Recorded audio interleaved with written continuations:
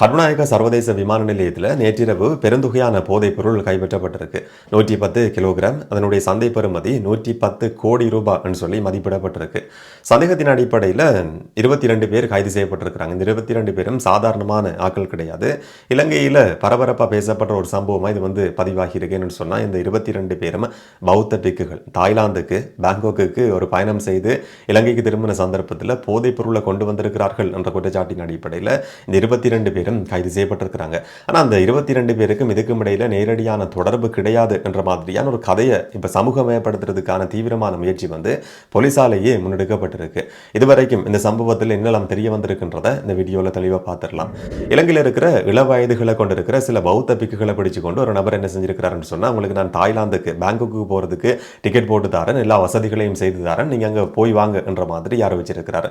அதுக்கு உடன்பட்டு கொண்டு ஒரு சில பௌத்த பிக்குகளும் தாய்லாந்துக்கு போகலாம், அங்க சில நிகழ்வுகளில் கலந்து கொள்ளலாம் என்ற அடிப்படையில் சில நேரங்களில் ஏதாவது ஏற்பாடு செய்யப்பட்டிருக்கும் போல அப்போ அந்த மாதிரியான ஏற்பாடுகளை எல்லாம் செய்து கொடுத்திருக்கிறார். டிக்கெட்டையும் போட்டு கொடுத்ததுக்கு பிறகு இந்த 22 பேரும் 22ஆம் தேதி பயணம் செய்திருக்கிறாங்க. 22 பயணம் எல்லாம் முடிஞ்சதுக்கு பிறகு அங்க சில சம்பவங்கள் நடந்திருக்குன்னு சொல்லி ஊடகங்கள் குறிப்பிட்டிருந்ததை பார்க்க முடிஞ்சது. அதுக்கான சில போட்டோஸும் சில வீடியோஸும் அவர்களுடைய போன்ல இருந்தே கண்டுபிடிக்கப்பட்டிருக்கு. அதுக்கு பிறகுதான் சந்தேகம் ஏற்பட்டதுக்கு பிறகு இவங்க விமான நிலையத்தில் வச்சு சோதனைக்கு உட்படுத்தப்பட்டிருக்கிறாங்க. இந்த 22 பேரும் பயணம் செய்திருக்கிற ஏர் ஏசியா விமானத்தில் பயணம் செய்திருக்கிறாங்க. நேற்றிரவு பயணம் செய்து கருணாயக விமான நிலையத்துக்கு அந்த விமானம் வந்ததுக்கு பிறகு இந்த 22 பேரும் வரிசையில் அப்படி நடந்து வந்து கொண்டிருக்கிறாங்க. பெரிய பெரிய பேக்ஸ் எல்லாமே இருக்கு. பொதுவாகவே மதகுருமார்கள் பெரிய அளவில் சோதனைக்கு உட்படுத்தப்பட்டது கிடையாது. அதுவும் இலங்கையை பொறுத்த வரைக்கும் பௌத்த பிக்குகள் சாதாரணமான பொதுமக்கள் மாதிரியோ மற்ற நபர்கள் மாதிரியோ சோதனைக்கு உட்படுத்தப்பட்டதும் கிடையாது. அந்த நம்பிக்கையில தான் கொண்டு வந்தாங்களா இல்லையான்றதும் தெரியாது.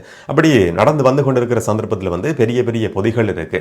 அங்க இருக்கிற அதிகாரிகள் என்ன செய்றாங்கன்னு சொன்னா, அவர்களுடைய பயணம் சம்பந்தமா ஒரு சந்தேகம் ஏற்படுது, அவர்களுடைய பொதி சம்பந்தமாகவும் சந்தேகம் ஏற்படுது. கூப்பிட்டு விசாரிக்கிற நேரத்திலையும் அவங்களோட போனை வாங்கி பார்க்குற நேரத்தில் தாய்லாந்துக்கு போயிருக்கிற நபர்கள் இலங்கைக்கு வர்ற சந்தர்ப்பத்தில் காவி உடையோட வந்திருக்கிறாங்க. ஆனால் அந்த ஃபோனில் இருந்த ஃபோட்டோஸ் வீடியோஸ் எடுத்து பார்க்குற நேரத்தில் வேற விதமான சில செயற்பாடுகளில் ஈடுபட்டிருக்கிறாங்கன்னு சொல்லி எங்களோட ஊடகங்கள் தமிழ் ஊடகங்கள் மட்டும் கிடையாது, ஆங்கில ஊடகங்களாக இருக்கலாம், சிங்கள ஊடகங்களாக இருக்கலாம், அந்த வார்த்தையை நல்லா தெளிவாக பயன்படுத்தி இருந்தது. வேற விதமான சில செயற்பாடுகளில் இவங்க ஈடுபட்டிருக்கிறாங்கன்றதை உறுதிப்படுத்துகிற மாதிரி அந்த ஃபோட்டோஸும் வீடியோஸும் இருந்ததுன்ற மாதிரி நாகரிகமாக அந்த செய்தி சொல்லப்பட்டிருந்தது.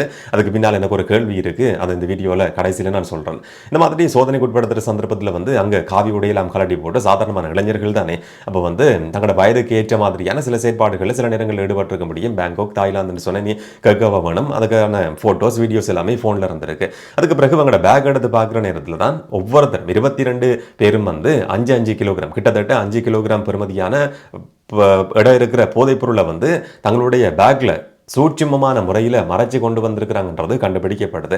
பாடசாலை உபகரணங்கள் மாதிரியும் சாதாரணமான டொஃபி சாக்லேட்டை கொண்டு வர்ற மாதிரியும் தங்களுடைய பொதிகளுக்குள்ளேயே மறைச்சு வச்சு அதுக்காகவே ஒரு பேகை உருவாக்கி இந்த போதைப் பொருளை கொண்டு வந்திருக்கிறாங்க. 110 கிலோகிராம் போதைப் பொருள் பறிமுதல் செய்யப்பட்டிருக்கு. ஹஷீஷ் குஷ் மாதிரியான போதைப் பொருள். இதனுடைய சந்தை பெறுமதி மட்டும் 110 கோடி ரூபாய்ன்னு சொல்லி மதிப்பிடப்பட்டிருக்கு. சந்தையில் இப்போ விற்பனை செய்யப்படுமா இருந்தால் அதனுடைய பெறுமதி 110 கோடி ரூபாய் இருக்க முடியும்னு சொல்லி இன்னைக்கு போலீஸ் தகவல்களை மேற்கோள் காட்டி ஊடகங்கள் செய்தி வெளியிட்டிருக்கு.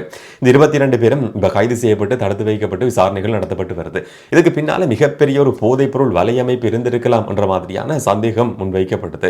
இந்த 22 பேரும் திட்டமிட்டு கூட்டி போகப்பட்டிருக்கிறாங்க. ஏற்கனவே இந்த மாதிரியான சம்பவங்கள் நடந்திருக்கா என்றதும் இதுக்கு பின்னால் இருக்கிற ஒரு முக்கியமான கேள்வி. இன்னும் ஒரு பக்கம் இதோட நேரடியாக சம்பந்தப்பட்டிருக்கலாம் சொல்லப்பட்ட இன்னும் ஒரு பௌத்த பிக்குவை தேடியும் இப்ப விசாரணைகள் ஆரம்பிக்கப்பட்டிருக்கு.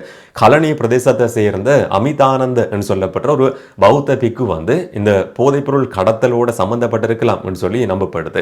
அவரை தேடி விசாரணைகள் ஆரம்பிக்கப்பட்டிருக்கு. அந்த பௌத்த பிக்கு தலைமறைவாகி இருக்கிறார்.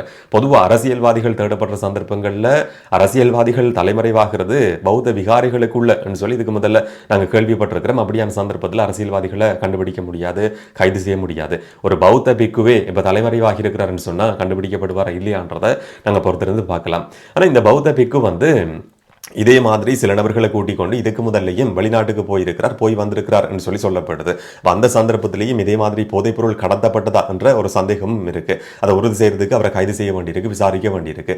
இந்த சந்தர்ப்பத்தில் இந்த போயிருக்கிற 22 பேருக்கும் அவர் சொல்லியிருக்கிறாராம், டொனேஷன் என்ற அடிப்படையில் டொனேஷன் கொடுக்கறதுக்காக உங்களுக்கு வேற பொதிகள் கொடுக்கப்படும். அந்த பொதிகளை நீங்க அங்கிருந்து கொண்டு வாங்க, வெளியில வந்ததும் வேன்ல ஒரு சில நபர்கள் காத்து கொண்டிருப்பாங்க, வேன்ல நீங்க கொடுத்தா போதுமானது, வேற எதுவுமே செய்ய வேண்டியது கிடையாதுன்னு சொல்லி இந்த நபர்களுக்கு சொல்லப்பட்டிருக்கு என்ற மாதிரி போலீஸ் குறிப்பிட்டிருந்தது. இப்போ அவரை தேடி விசாரணைகள் ஆரம்பிக்கப்பட்டிருக்கு.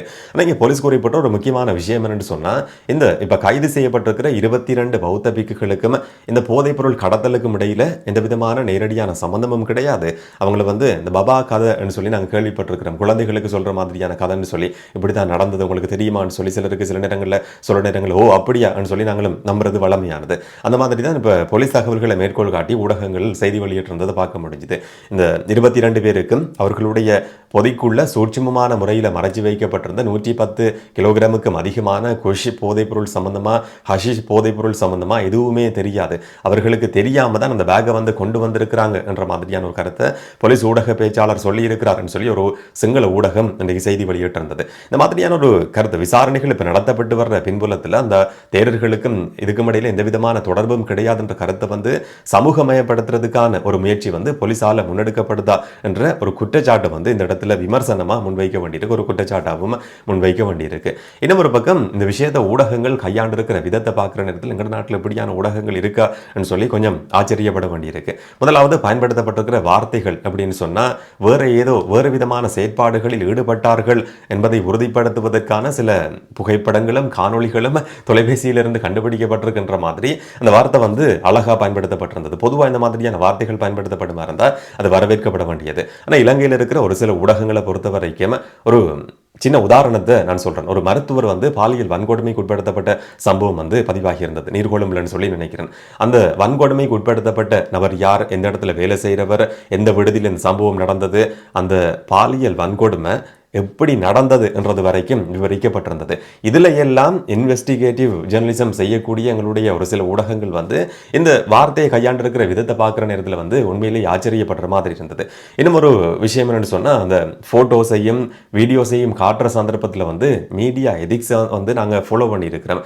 ஊடக ஒழுக்க நெறிமுறைகளுக்கு அமைய அவர்களுடைய முகத்தை நாங்கள் காட்ட போறது கிடையாது. அதை பிளர் பண்ணி தான் அந்த காட்சியை ஒளிபரப்ப போறோம்னு சொல்லி எங்களுடைய ஒரு சில முன்னணி ஊடகங்கள் அந்த காட்சியை ஒளிபரப்பி இருந்ததையும் பார்க்க முடிஞ்சது.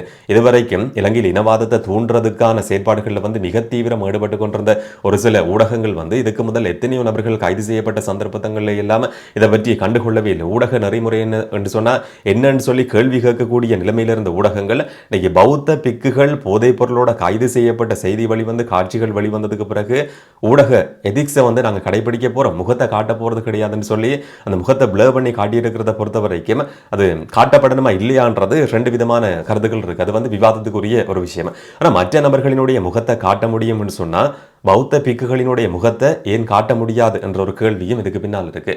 இன்னும் ஒரு பக்கம் இதே மாதிரியான ஒரு சம்பவம் ஒரு சிங்களத்துல ஒரு போஸ்ட் வாசிக்க முடிஞ்சது. ஒரு நபர் ஒரு சிங்களவர் தெளிவா எழுதி இருக்கிறாரு. இதே மாதிரியான ஒரு சம்பவத்துல ஒரு சில சைவ மதகுருமார் இல்லாட்டி ஒரு சில பூசாரிகள் ஈடுபட்டிருக்கிறாங்கன்னு சொல்லி நாங்கள் வச்சுக்கொள்வோம். இந்தியாவுக்கோ சிங்கப்பூருக்கோ மலேசியாவுக்கோ போய் நாடு திரும்புகிற சந்தர்ப்பத்தில் இதே மாதிரி 110 கோடி ரூபாய் பெறுமதியான போதைப் பொருளோட ஒரு சில சைவ சமயத்தை சேர்ந்திருக்கிற நபர்கள்னு சொல்லி நாங்கள் வச்சுக்கொள்வோம். இல்லாட்டி இன்னும் அதை தெளிவாக சொல்றதா இருந்தால் மௌலவிகள் இதே மாதிரியான ஒரு சம்பவத்தில் சிக்கி கொண்டாங்கன்னு சொல்லி நாங்கள் எடுத்துக்கொள்வோம். இலங்கையில் எந்த அளவுக்கு அது பரபரப்பாக பேசப்படும். இன்னைக்கு இந்த சம்பவத்தை பொறுத்த வரைக்கும் எந்த விதமான பிரேக்கிங் நியூஸும் கிடையாது. ஊடகங்களில் ஒரு 30 செகண்ட் இல்லாட்டி ஒரு நிமிஷம் மட்டும் பேசப்பட்டிருக்கு. இந்த மாதிரியான ஒரு சம்பவம் நடந்திருக்கு, அவர்களுக்கும் இதுக்கும் இடையில எந்த விதமான சம்பந்தமும் கிடையாதாம், நெருக்கமான தொடர்பு கிடையாதாம், அவங்கள்ட்ட பேக் இந்த மாதிரி கொடுக்கப்பட்டிருக்கு, அவங்க தெரியாம தான் கொண்டு வந்திருக்கிறாங்கன்னு சொல்லி போலீஸும் குறிப்பிடுதுன்ற மாதிரி ஒரு 30 செகண்ட் ஒரு நிமிஷத்தோட அந்த கதை முடிக்கப்பட்டிருக்கு. இதே ஒரு பூசாரியோ இல்லாட்டி ஒரு சில நபர்களோ 10-20 பூசாரிகள் இதே மாதிரியான பொதிகளை கொண்டு பிடிபட்டிருந்தா இல்லாட்டி மௌலவிகள் பிடிபட்டிருந்தா இன்றைக்கு இலங்கை பற்றி எரிஞ்சு கொண்டிருக்கு. ஒரு சில நபர்கள் பேர் குறிப்பிட வேண்டிய அவசியம் கிடையாது, குறிப்பிட்டாலும் பிழை கிடையாது. எங்களோட ஞானசார தேரர் இருக்கலாம், உதயகம்மன் பிளவர் இருக்கலாம், இதே மாதிரி சரத் வீரசேகர், இந்த மாதிரி ஒரு நீண்ட பட்டியல் இருக்கு. இந்த மாதிரியான சம்பவங்கள் நடக்க இருந்தால் வழியில் வர்ற அந்த பூச்சிகள் மாதிரி வழியில் வர்ற நபர்கள் இருக்கிறாங்க. ஆனால் இந்த பௌத்த பிக்குகள் சிக்கி கொண்டதுக்கு பிறகு எந்த விதமான கருத்துக்களும் இதுவரைக்கும் எந்த ஒரு தரப்புல தரப்புல இருந்து வெளிவந்த மாதிரி இல்லை.